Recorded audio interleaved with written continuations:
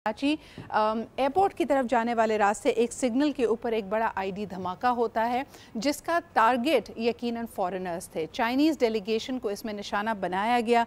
इस वक्त इसके ऊपर तहकीकात जारी है। कई लोगों के ज़ख्मी होने की इतलात मौजूद है। तकरीबन 7 से 12 का नंबर इस वक्त कोट किया जा रहा है और कुछ लोगों के जाँ बहक होने की भी खबरें आ रही हैं। लेकिन आपको बताते चलें कि इस कराची एयरपोर्ट के इस वक्त तमाम तर जो ऑपरेशंस हैं वो बहाल हैं।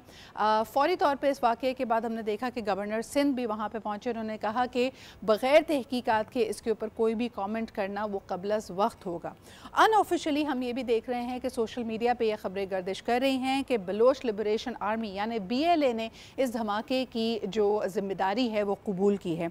इस वक्त हमारे साथ मौजूद हैं फॉर्मर इंटीरियर मिनिस्टर जनाब ब्रिगेडियर रिटायर्ड हारिस नवाज साहब। उनसे जानते हैं कि क्या सूरत हाल है, ताने बाने किस चीज़ से मिलते हैं और आने वाले वक्तों में क्या एक दफ़ा फिर कि कराची में अमनो अमान की सूरत हाल दाव पे लग रही है। अस्सलाम वालेकुम सर। वालेकुम अस्सलाम। सर, इस वक्त कहा जा रहा है कि 2 लोग जाँ बहक हुए हैं और तकरीबन 9 लोगों के ज़ख्मी होने की इतलात आ रही हैं in the explosion near the Karachi airport. BLA ने क्या फॉर्मली इसकी जिम्मेदारी ले ली है कि या ये भी क़यास आराइयाँ हैं इस वक्त? नहीं, आई थिंक मैंने टीवी पे ही देखा है, जहाँ टीवी पे कह रहे हैं कि BLA ने इसको एक्सेप्ट किया है। और देखें, सिद्रा बात यह है कि ये सारा कुछ जो हो रहा है ये हमारा जो दुश्मन है इंडिया रॉ के साथ मिल के और BLA, BLF, मजीद ब्रिगेड और ये सारी इसकी प्लानिंग जो होती है यूनाइट के it is done inside the Kabul में जो इंडियन एम्बेसी है वहाँ जाके की जाती है जी। और बेसिकली पर्पज ये है कि CPEC किसी हालत में ना बने, पाकिस्तान का गवादर पोर्ट ऑपरेशनलाइज ना हो, Pakistan being Islamic country, nuclear country एक अपनी इकोनॉमिक तरक्की ना करे ताकि अपने फैसले अपने मुल्क मफादात में कर सके, आई वो वर्ल्ड बैंक में रहे, बलूचिस्तान में अनरेस्ट रहे, जो इंडियन ओपनली कहते हैं, इसमें कोई डाउट नहीं है। I have no doubt, I am very clearly saying. और फिर इस वक्त आप SCO हो रही है इस्लामाबाद में, सो दे वांट कि शो पोर्ट्रेट पाकिस्तान में जी कि पाकिस्तान में दहशतगर्दी है, Pakistan is no safe country foreign investment, और ये उनके अज़ाइम है जिसके लिए ये एंड इस मौके पर काफ़ी चाइनीज आ रहे थे पाकिस्तान में, डेलीगेशन आ रहा है, बल्कि आया है, मस्ट भी ये दायरा चाइनीज रिलेटेड टू CPEC के साथ हैं। तो ये इशूज़ हैं जिसकी वजह से ये कुछ किया जाता है, लेकिन साथ ही साथ हमें अपनी सिक्योरिटी को और बेहतर करने की ज़रूरत है। There is no doubt about it.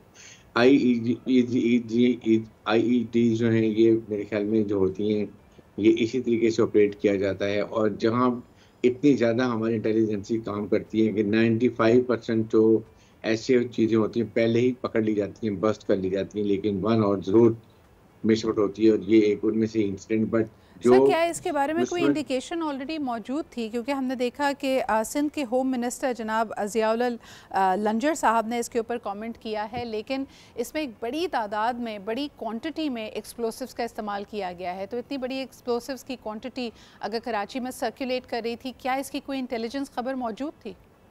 तो मेरे आई थिंक अभी तक तो मेरे नज़र में तो नहीं गुजरी, क्योंकि अलर्ट थी, ये बहुत ही डिस्क्रीट और सीक्रेट तरीके से किया गया है। लेकिन देखिए, पाकिस्तान का नेगेटिव इमेज जो है ना दुनिया को देना, जो हम चाह रहे हैं इतने से थे, ये जो एक पॉलिटिकल पार्टी भी कर रही थी कि हम चाह रहे थे कि पाकिस्तान का सॉफ्ट इमेज दुनिया में जाए और पाकिस्तान को एक दुनिया समझे कि बड़ा सेफ मुल्क है, फॉरेनर्स आ सकते हैं, फॉरेन इन्वेस्टमेंट आ सकती है। ये चीज़ें वो यही कोशिश होती है कि पाकिस्तान का नेगेटिव इमेज आए। सर, और लेकिन ये एक इसी की सवाल है मेरा आपसे, बिकॉज आप ये जिम्मेदारी निभा चुके हैं एज ए इंटीरियर मिनिस्टर। यकीनन जो सिक्योरिटी के मामलात हैं वो बहुत सेंसिटिव इश्यूज़ होते हैं, लेकिन क्या जो हिकमत अमली इस वक्त अपनाई जा रही है जिसमें हम देखते हैं कि इंटरनेट ब्लैकआउट्स हैं, मुल्क की कनेक्टिविटी डिस्टर्ब्ड है, यानी पूरे वीक में हम देख रहे हैं कि अगर हम घर से बाहर जाते हैं तो हमें नहीं पता कि हमारे मैसेजेस या हमारी कॉल्स जिसको हम करना चाह रहे हैं उसको मिलेगी या नहीं। फिर इसके अलावा पूरे वीकेंड पे जिस किस्म की शेलिंग और D-Chowk की सूरत हाल हमने देखी प्रोटेस्टर्स की, आप इस वक्त मैं चाहूँगी कि आप कमेंट करें कि जो हुकूमत की हिकमत अमली है, जो सिक्योरिटी पर्सनल की हिकमत अमली है, I mean these images are not looking good. एक तरफ हम इस बॉम्ब ब्लास्ट की बात करना चाहेंगे, लेकिन जो सियासी गैर इस्तेहकाम सूरत हाल इस वक्त हमारे सामने है, जिसमें हम देखते हैं कि सिक्योरिटी पर्सनल और प्रोटेस्टर्स आमने सामने हैं पाकिस्तान के दारुल हुकूमत पे, ये हिकमत अमली सही है आपके ख्याल में? देखिए, मैं पर्सनली फील करता हूँ कि ये गवर्नमेंट की रिस्पॉन्सिबिलिटी है लॉ एंड ऑर्डर मेंटेन करना और पॉलिटिकल स्टेबिलिटी लाना, इकोनॉमिक रिवाइवल करना, और उसके लिए सबसे ज़रूरी है कि मुल्क में सियासी इस्तेकाम हो। और उसके लिए अगर एक या दो पार्टीज को कोई अभाम है, कोई प्रॉब्लम है, तो गवर्नमेंट को चाहिए कि एक नेशनल कॉल दे दे जिसमें वो they should invite all political party.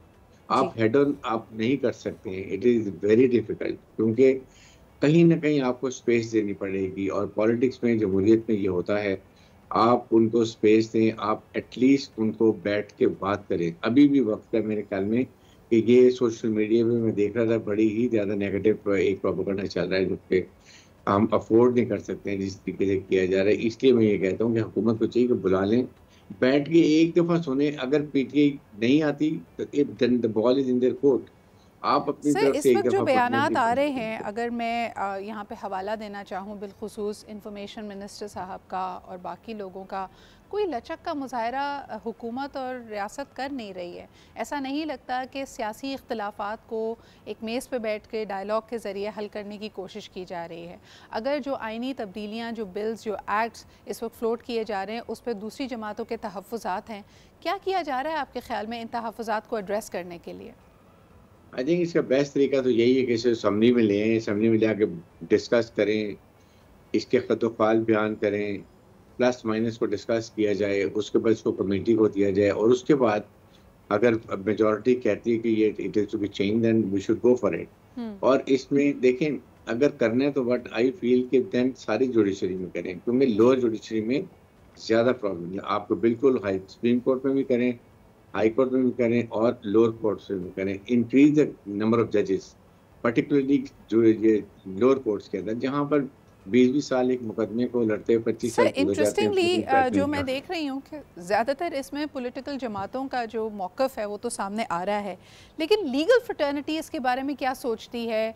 जो कॉन्स्टिट्यूशनल एक्सपर्ट्स हैं वो इसके बारे में क्या सोच रहे हैं? वो मुझे कहीं न कहीं मिसिंग एलिमेंट लगता है। क्या कहेंगे आप?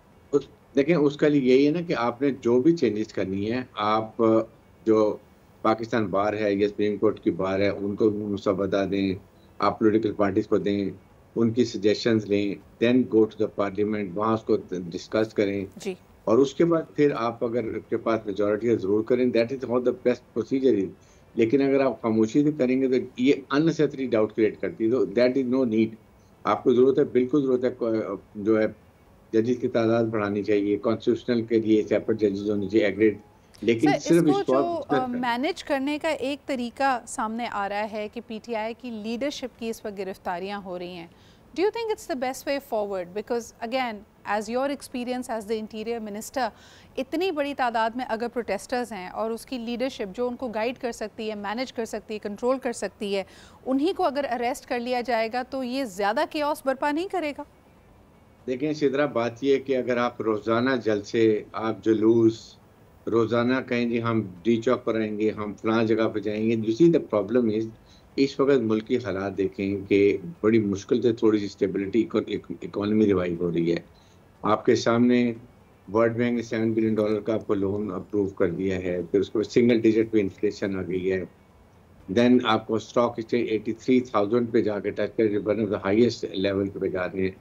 उसके बाद आपकी काफ़ी हालात बेहतर होते जा रहे हैं। इन एनवायरनमेंट के अंदर I think instead of going to the streets, go to the parliament, parliament को फॉल करें, जो अपोजिशन गवर्नमेंट दोनों नहीं कर रही है। ज़रूरत ये है कि वहाँ पर जाके आप बैठ के डिस्कस करें, थ्रेश आउट करें, और बानी पीटी को चाहिए कि अगर उनको रिलीफ कोर्ट देती है तो आप बाई इलेक्शन लड़ें, go to the parliament, become opposition leader, और वहाँ जाके अपना रोल अदा करें। उसके साथ आपको जो अफ़हाम है कि हमारा फॉर्म 45, 47 की प्रॉब्लम है, वो कोर्ट में फाइट करें, get that decision, get majority, और वो जो नो कॉन्फिडेंस वोट है वो आप वहाँ पर टेबल करें, और आप चेंज कर लें। That is a democratic way. जी। बजाय इसके कि हर बात हम स्टेट से करें, I think that is not the time as in environments के अंदर जब Pakistan economy is touching the low level. बिल्कुल सही। बहुत बहुत शुक्रिया हमारे साथ मौजूद होने के लिए।